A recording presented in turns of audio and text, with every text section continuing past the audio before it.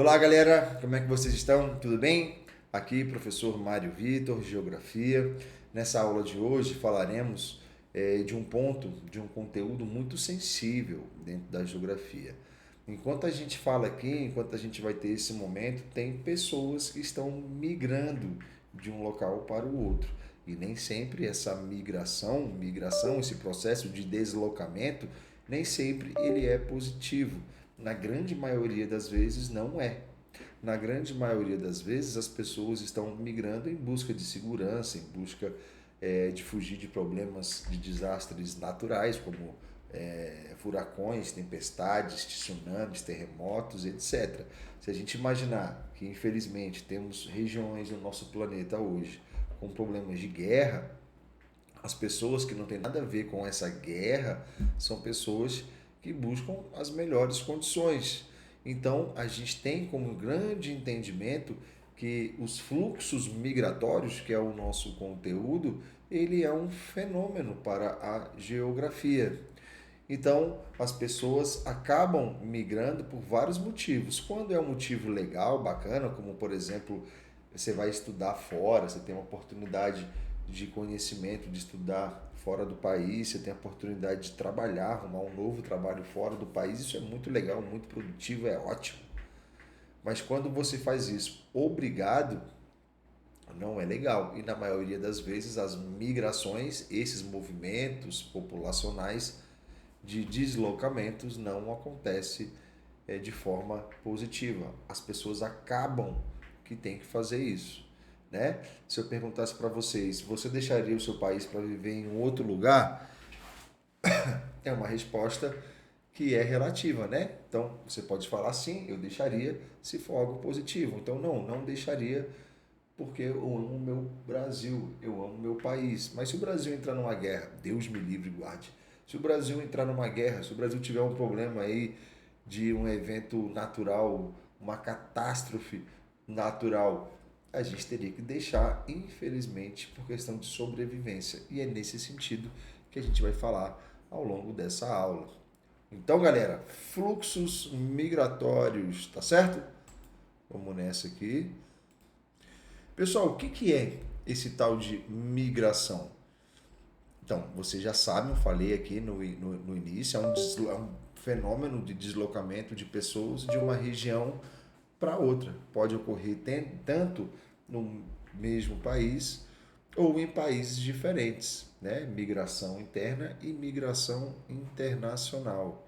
E aí, dentro desses movimentos migratórios, a gente tem que pode ser o imigrante ou um outro cara que pode ser um imigrante, ou o mesmo cara, pode ser os dois. Eu posso ser quase ao mesmo tempo um imigrante e um emigrante. Como é que é isso? O imigrante é um movimento de pessoas que está entrando no país, entrando de interno, olha lá. Imigrante, a letra I, imigrante interno, está entrando. Se essa pessoa estiver entrando, esse imigrante, se for legal, ótimo. Se esse imigrante for ilegal, imigrante ilegal, ele está sujeito às leis daquele país o qual ele está entrando, sem autorização. E aí o emigrante? Emigrante é um movimento de saída de um país. Olha lá a letra E, externo, saindo, emigrante. Então eu posso ir para o Canadá. Ao sair do Brasil, eu estou sendo um imigrante. E eu mesmo, quando chegar no Canadá, estarei sendo um imigrante interno. Estou entrando. Legal? Então não deixe de conferir aqui depois, imigrante e emigrante. Vamos seguir em frente. Esse movimento populacional, pessoal, acontece há muito tempo, mas quando eu digo há muito tempo, eu estou falando de milhares de anos que as civilizações mais antigas têm essa característica de se mobilizar, de andar, de se locomover, de se deslocar. Então, ao observar esse movimento migratório, a gente pode entender os fatores estruturais e os fatores conjunturais. Então, os problemas permanentes, por exemplo, empurram as pessoas para fora. Então, a gente tem como esses exemplos desses problemas o desemprego, a pobreza crônica, aquela pobreza que não acaba nunca, e com isso vem até a fome como consequência, a falta de acesso à saúde, baixa qualidade de vida, baixa qualidade de educação, grande desigualdade social. Olha esses fatores estruturais aqui, as estruturas os quais determinados grupos de sociedade podem estar inseridos e eles querem sair em busca de melhores condições. E aí, quando a gente fala de fatores conjunturais, são situações do tempo, de uma situação que está acontecendo. Por exemplo, a guerra da Rússia com a Ucrânia, a guerra dos Estados Unidos com o Irã, conflitos em alguns países africanos, guerras e conflitos armados. Olha aí como é que isso vai ser um conjuntural. Crises políticas, perseguições de todo tipo, perseguição política, perseguição religiosa, eventos naturais como terremotos, secas, enchentes, pandemias, problemas de saúde, colapsos econômicos. Tudo isso vai fazer com que as pessoas saiam das suas localidades e procurem, busquem outras localidades. Aqui a gente tem esse exemplo aqui nessa ilustração das pessoas se movimentando, criando um fluxo migratório. Seguir em frente aqui. E aí a migração no mundo, a gente tem, por exemplo, aqui a Índia, deixa eu botar aqui só o slide. A Índia como o maior país de maior imigrantes no mundo. E aí a gente tem os principais destinos, né?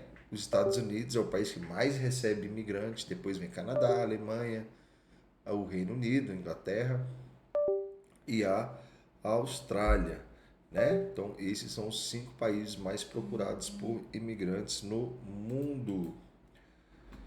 E aqui a gente tem um exemplo real, né, da migração ilegal da fronteira dos Estados Unidos. Então, aqui entre o México e os Estados Unidos.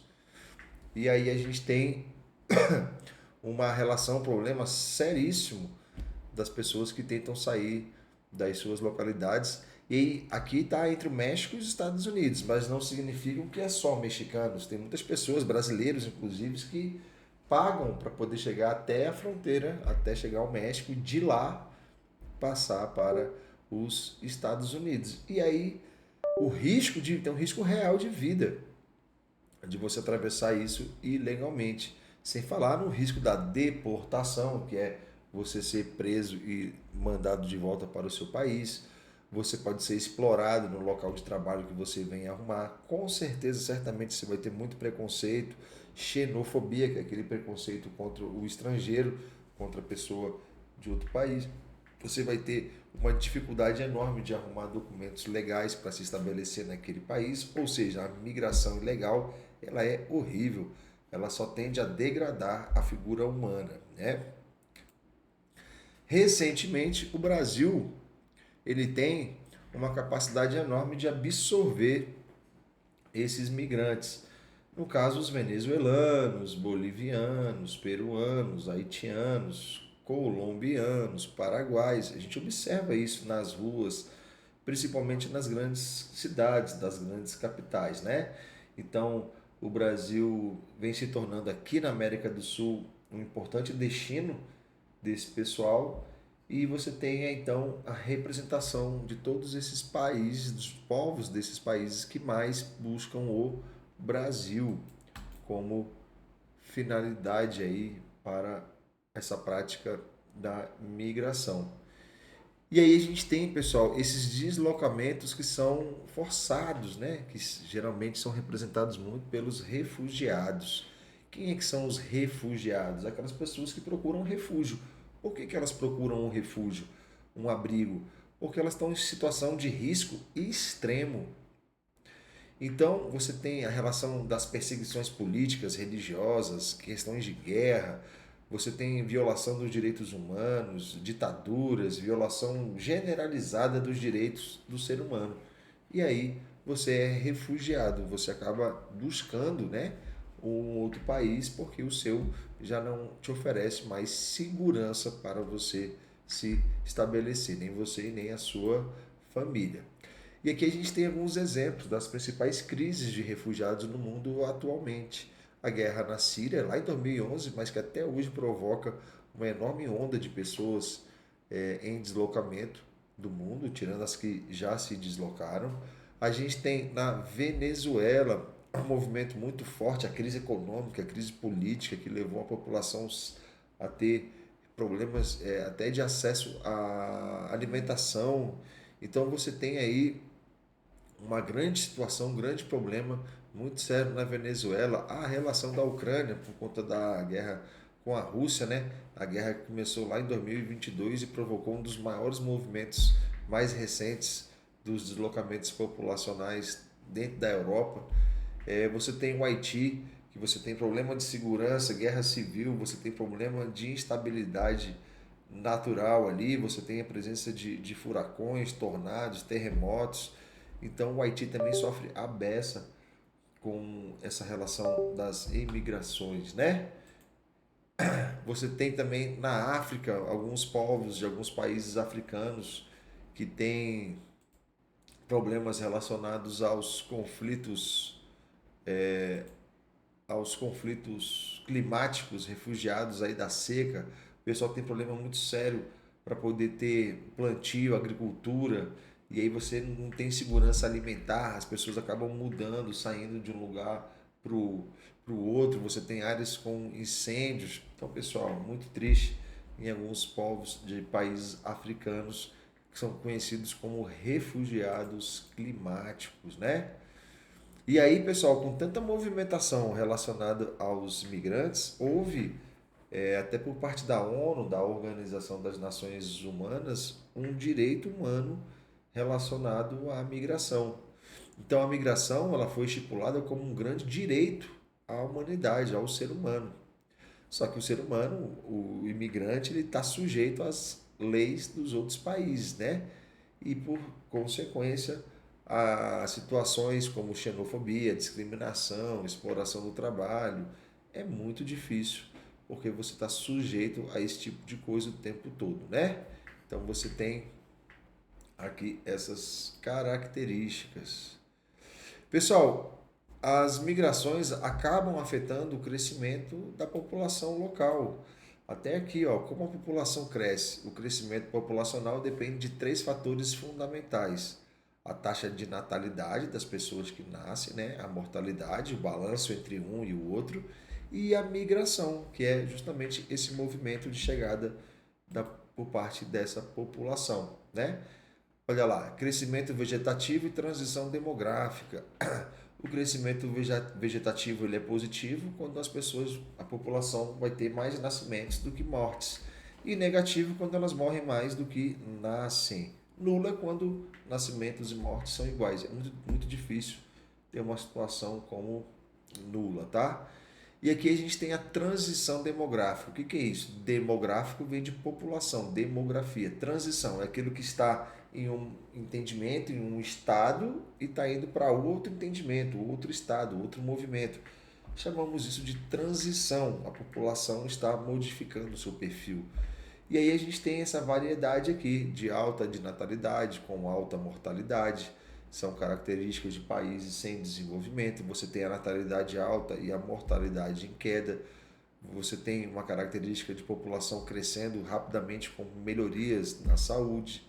Você tem a realidade de natalidade começando a cair, onde o crescimento desacelera, como a educação, como acesso à educação e ao planejamento familiar.